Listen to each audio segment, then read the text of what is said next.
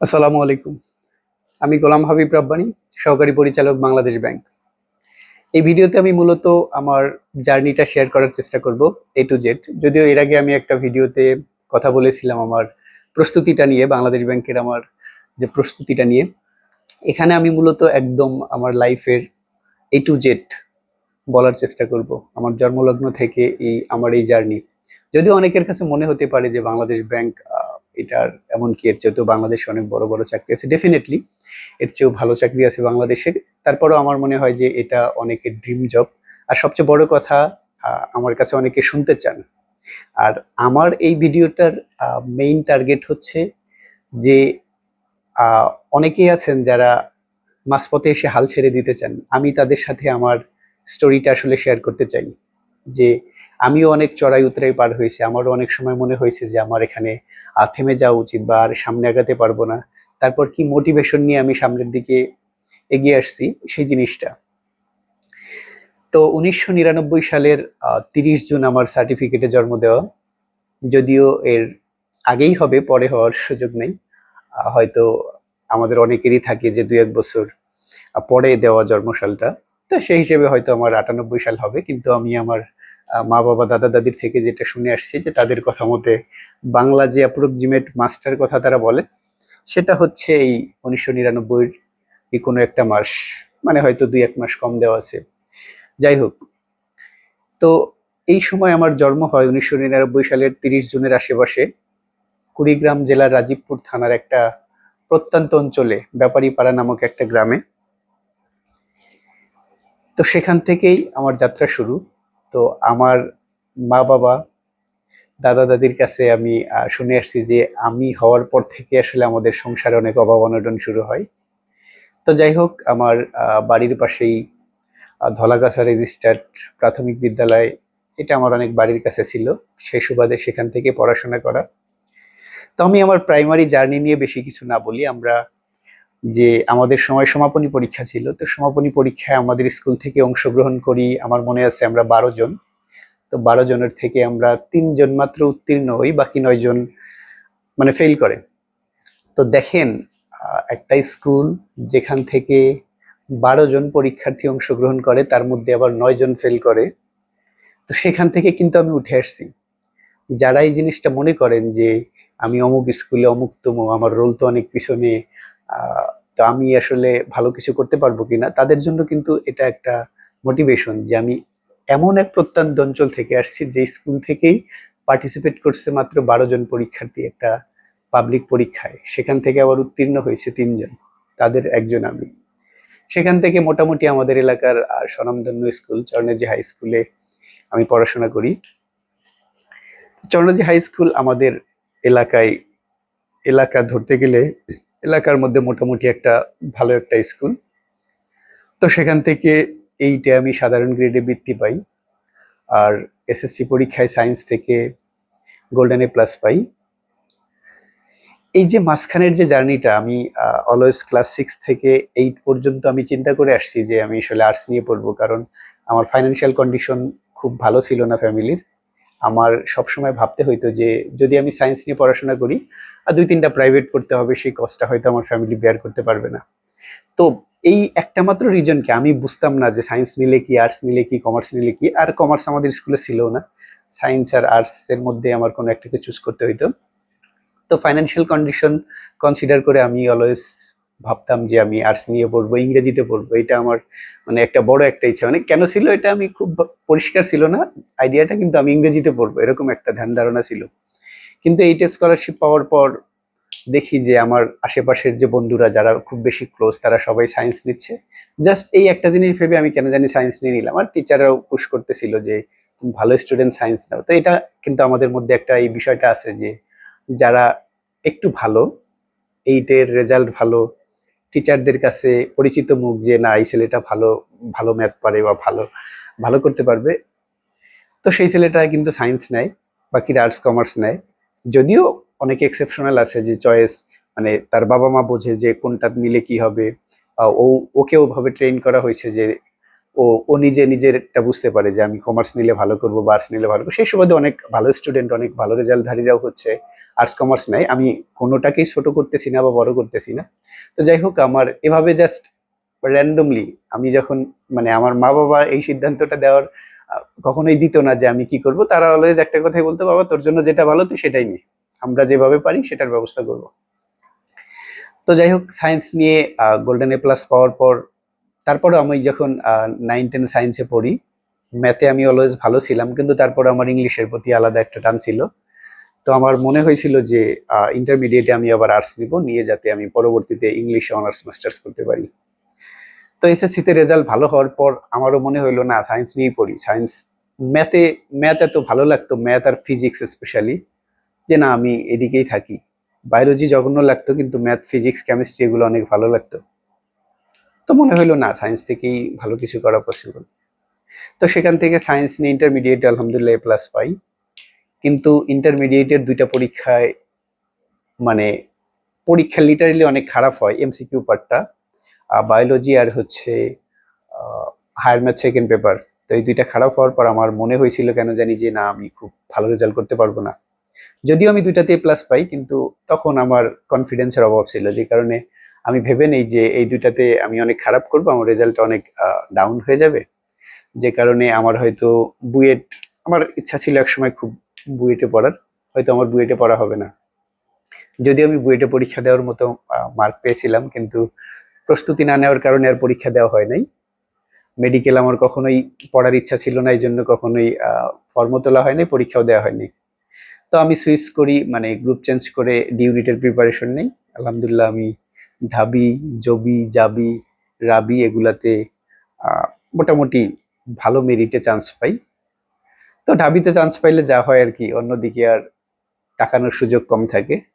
তো এখানে চান্স পাওয়ার পর আমার মেরিট অনুযায়ী ইংলিশ আর ল বাদে যে কোনো সাবজেক্টে পড়ার উপযুক্ত ছিলাম আমি, আর্টস আর কমার্স ফ্যাকাল্টির। তো অনেকের অনেক পরামর্শ থাকে। তো এক বড় ভাইয়ের পরামর্শ ছিল যে আমি যাতে ফার্স্টে ফাইন্যান্স, সেকেন্ড অ্যাকাউন্টিং, তারপর আমার ইচ্ছে মতো দেই। তো সেভাবে আমি হচ্ছে ফার্স্ট ফাইন্যান্স দেই, সেকেন্ড অ্যাকাউন্টিং, থার্ড ইকোনমিক্স, তারপর আইআর, পলিটিক্যাল সায়েন্স, এভাবে আসলে চয়েসটা দিই। তো যাই হোক, আমার ফার্স্ট চয়েস অনুযায়ী ফাইন্যান্স পেয়ে যাই। তো ফাইন্যান্স পড়তে গিয়ে একটু শুরুর দিকে একটু টাফ মনে হইলেও, মানে বন্ধু বান্ধব, টিচার, বড় ভাই বড় ভাই আপুদের সহযোগিতা আমি মোটামুটি একটু স্ট্রাগল করলেও পার পেয়ে যাই।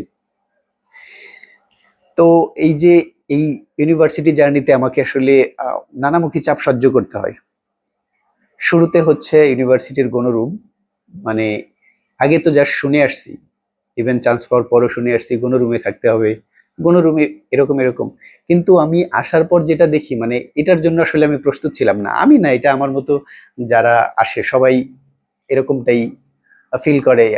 মানে আমার যেটা মনে হয় যে শুরুতে আমরা তো শুনে আসি যে জিনিসটা এরকম, কিন্তু আসার পর এত জঘন্য অবস্থা, যেটা আসলে আনইমাজিনেবল। তো এখন যারা আছে আলহামদুলিল্লাহ, তারা অনেক ভালো আছে। তাদের জন্য শুভকামনা যে তারা এসেই এত সুন্দরভাবে থাকতে পারতেছে, কোনো গণরুম গেস্ট রুম কালচার নাই।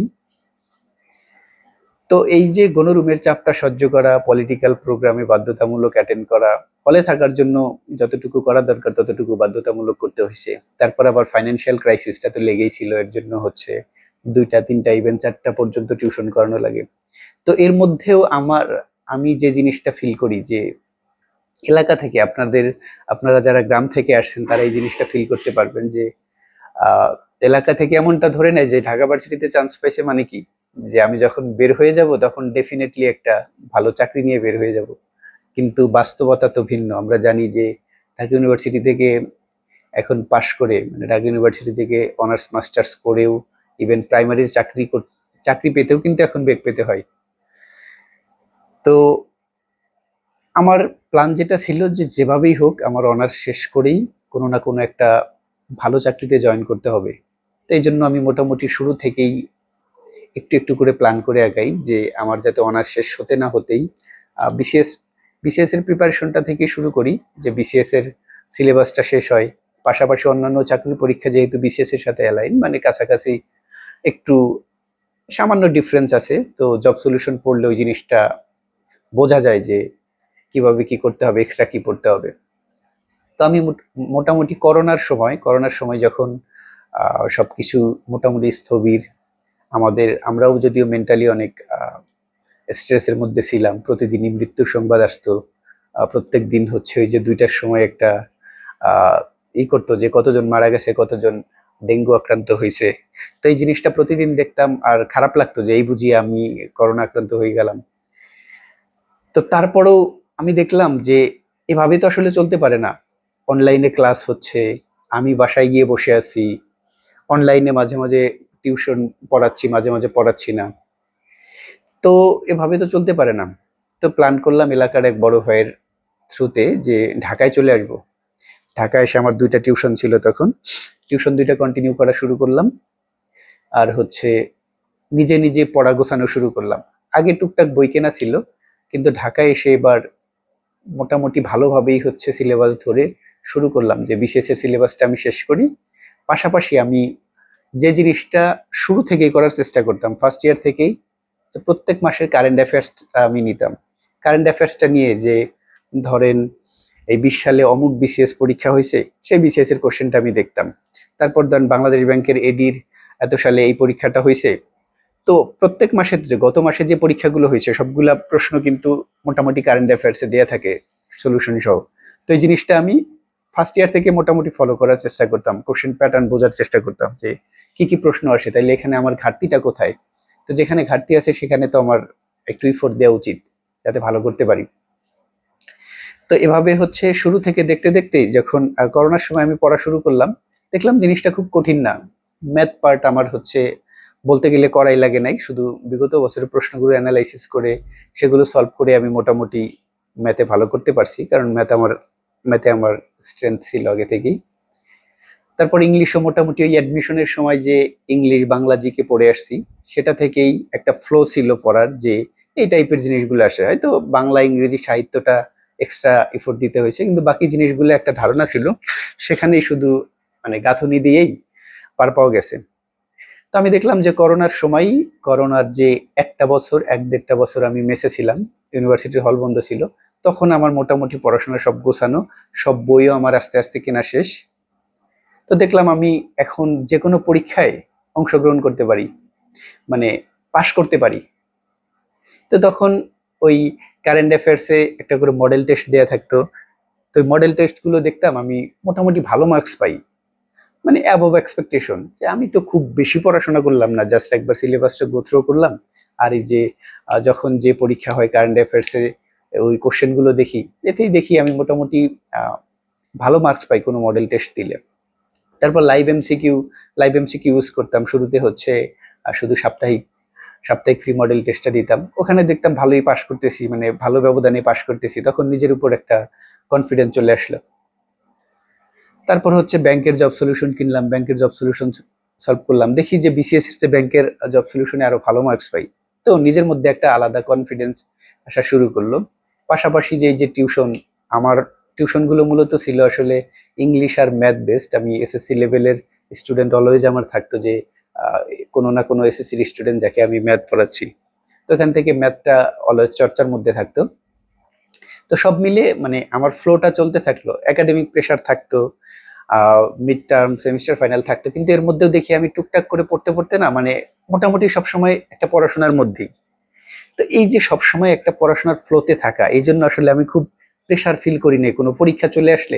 এই যে পরীক্ষা চলে আসলে অনেকে দেখি মানে একদম চোখ নাক কান বন্ধ করে একদম একটানা পড়া পড়া পড়া, মানে আমার এই জিনিসটা করতে হয় নাই। আমার মনে হচ্ছে আমি অলওয়েজ পড়ার মধ্যে আছি। একটা কারেন্ট অ্যাফেয়ার্স নিয়ে যখন আমি প্রত্যেক মাসে একটা কারেন্ট অ্যাফেয়ার্স গো থ্রু করতাম, তো মনে হইতো যে আসলে আমি অনেক কিছু পড়ে ফেলতেছি। এই যে এক মাসের এই কারেন্ট অ্যাফেয়ার্স আমি অনেক কিছু জানতেছি, আবার নেক্সট মান্থের কারেন্ট অ্যাফেয়ার্স আসতো, সেটা থেকে আমি অনেক কিছু পড়ে ফেলতাম। তো তারপর যখন 45 বিসিএস দিলাম, বাংলাদেশ ব্যাংকের এডির প্রিলি দিলাম, মানে জিনিসগুলো কেমন যেন স্মুথলি হয়ে গেল। মানে আমার এই যে পড়াশোনার ফ্লোটা, রেগুলার যে পড়ার ব্যাপারটা, একটা জিনিস আমি সবসময় চেষ্টা করতাম, সেটা হচ্ছে রেগুলারিটি মেনটেন করা। মানে পড়াটা যাতে আমার রেগুলার হয়, মানে এমন না যে আজকে হচ্ছে 7-8 ঘন্টা পড়ছি, তারপরে 1 মাস টানা গ্যাপ দিয়ে আবার 7-8 ঘন্টা করে 2-3 দিন পরে আবার গ্যাপ পড়ে গেল, এরকম না। প্রতিদিনই চেষ্টা করতাম মিনিমাম 2-3 ঘন্টা, যাতে মানে হতে পারে কোনো প্রোগ্রাম থাকলে বাইরে গেলে হয়, হয়তো হইতো না, কিন্তু চেষ্টা করতাম 2-3 ঘন্টা মিনিমাম যাতে পড়া যায়, সময় বের করে পড়ার। তো এভাবে যখন আমি স্মুথলি হচ্ছে 45 প্রিলি পাস করলাম, তারপর বাংলাদেশ ব্যাংকের এডির প্রিলি পাস করলাম। বাংলাদেশ ব্যাংকের এডির প্রিলির আগে স্পেশালি কোনো হচ্ছে আমার প্রিপারেশন নেওয়া হয় নাই। লাইভ এমসিকিউ এর বেশ কয়েকটা মডেল টেস্ট ছিল, তো সেগুলোতে আমি মোটামুটি ভালো মার্কস পেয়ে পাস করতাম, মানে ওদের মেরিট লিস্টেও টপ 10-এর মধ্যে থাকতাম অলওয়েজ। তো এই যে একটা আলাদা কনফিডেন্স পাইতাম পরীক্ষা দিতে গিয়ে, যে না আসলে আমি তো পারতেছি, আগে মডেল টেস্ট গুলোতে পাশ করে আসছি, এখানে তো মানে তারাই পরীক্ষা দিবে বা এই টাইপের কোশ্চেনই হবে। তো সেখান থেকে পাশ করলাম।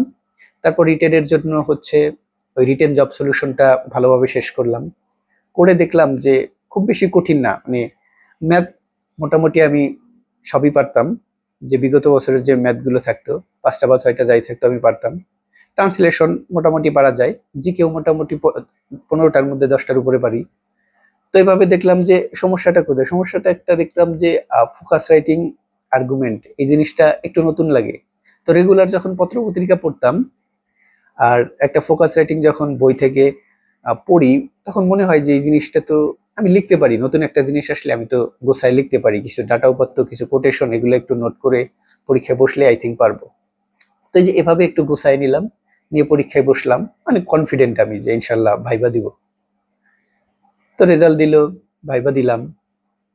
ভাইভাতেও হচ্ছে বেশিরভাগই সাবজেক্টিভ আর ব্যাংকিং সেক্টর নিয়ে, যেহেতু ফাইন্যান্স ব্যাকগ্রাউন্ড, ফাইন্যান্স থেকে বেশিরভাগ কোশ্চেন, তারপর ব্যাংকিং থেকে বেশ কিছু কোশ্চেন। তো আমি মোটামুটি কনফিডেন্টলি হচ্ছে ভাইবা দিয়ে রেডি হয়ে গেলাম।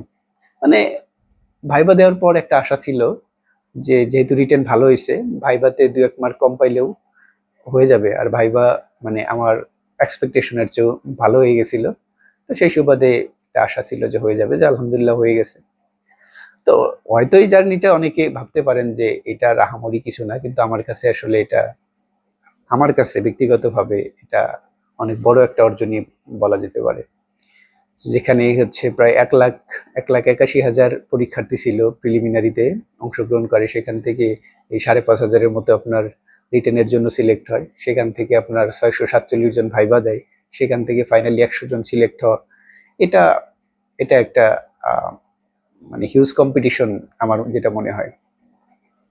তো আমি এখানে যে জিনিসটা বলার জন্যই পুরো ভিডিওটাই, যে গল্পটা শেয়ার করলাম, এটার প্রথমত আমরা বিভিন্ন স্টেজে হচ্ছে থেমে যাই, যেমন ফাইন্যান্সিয়াল ক্রাইসিস, এই জিনিসটা থেকে আমরা অনেকেই, আমার ইনবক্সে মেসেজ আসে, ভাই এরকম এরকম অবস্থা আমার, তো হচ্ছে এখন দ্রুত কিছু একটা করতে হবে।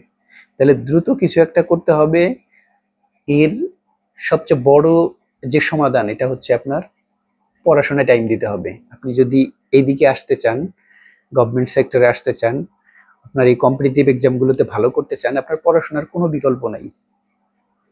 তারপর অনেকে বলেন, ভাই আমার তো কোচিং করার টাকা নাই, এই কোচিং ছাড়া কি এসব হয় নাকি? ভাই আমি সত্যি কথা বলি, আমি কখনোই কোনো কোচিং এর সাথে জড়িত ছিলাম না। ওই লাইভ এমসিকিউতে একটা প্যাকেজ কিনে পরীক্ষা দিছি। আমার কথাবার্তায় অনেকে অনেক সময় ভেবে নেন যে আমি আবার লাইভ এমসিকিউ এর কোনো কিনা। আমি আসলে ওদের এখনো, আমার ভাই 2 বছরের প্যাকেজ কেনা আছে, 2,000 টাকা দিয়ে আমাদের 2 বছরের প্যাকেজ কিনে এখনো 6-7 মাস আছেই। তো এটা থেকে আমি উপকৃত হয়েছি, এই জন্য এটার নাম মেনশন করি, আমার অন্য কিছু মেনশন করার প্রয়োজন হয় না। আমি অন্য কোনো কোচিং কখনো করি নাই। তো যারা মনে করেন কোচিং না করলে হবেই না, এটা আপনাদের ভুল ধারণা। আই থিঙ্ক কেউ কোচিং করতে পারেন, যে কোচিং করলে আপনি প্রেসারে প্রেসারে থাকবেন, আপনার যে পড়াগুলো দিব ওই পড়াগুলো পড়ে পরীক্ষা দেবেন, সেটা আলাদা ইস্যু। কিন্তু কোচিং যে বাধ্যতামূলক এরকম কিছু না। আপনার যদি একা আপনি যদি একাগ্র চিত্তে পড়াশোনা করেন, আপনার যদি হচ্ছে ডেডিকেশন থাকে, আপনি ডেফিনেটলি ভালো করবেন, আপনার লক্ষ্যে পৌঁছাতে পারবেন। তো যারা হচ্ছে ফাইন্যান্সিয়াল ক্রাইসিস বা বিভিন্ন ইস্যুর কারণে পিছিয়ে যেতে চান, ভাবেন যে আপনাকে দিয়ে হবে না, তারা আসলে হাল ছেড়ে দিবেন না। আপনি লেগে থাকেন, আপনি লেগে থাকলে অবশ্যই হচ্ছে আপনি একটা পথের সন্ধান পেয়ে যাবেন। আমি হয়তো ম্যাক্সিমাম ভিডিওতেই অনেক অগোছালো কথা বলি, আহ, কারণ আমার কোনো কিছু স্ক্রিপ্টেড থাকে না। আমি জাস্ট জাস্ট আপনাদের অনেক, এই প্রশ্নটা অনেকের, যে আমার রোড টু বিবি নিয়ে কথা বলার, যে আমার জার্নিটা কেমন ছিল, কিভাবে কিভাবে প্রথমবারে বাংলাদেশ ব্যাংকে রেডি হই। তো এই জার্নিটা সম্পর্কে জাস্ট বললাম যে আজকে মাথায় আসছে এই জিনিসটা নিয়ে একটা ভিডিও বানাই, এটাই। আর আমার আর প্রত্যেকটা ভিডিওতে আপনারা দেখবেন যে লাইভ করলে যেরকম আমার ভিডিওগুলো সেরকম, যে কোনো কিছু লেখা না, কোনো পজ নাই, আমি জাস্ট ক্যামেরার সামনে এসে জাস্ট সিম্পলি কথা বলি। মানে সিম্পলিসিটিটা আমার কাছে মনে হয় এটাই এটাই ভালো, যে আমি সিম্পলি কাউকে এই বিষয়টা বোঝাতে পারি কিনা। তো ইনশাল্লাহ পরের ভিডিওতে অন্য কোনো বিষয় নিয়ে কথা হবে। আজকে এই পর্যন্তই। আল্লাহ হাফেজ।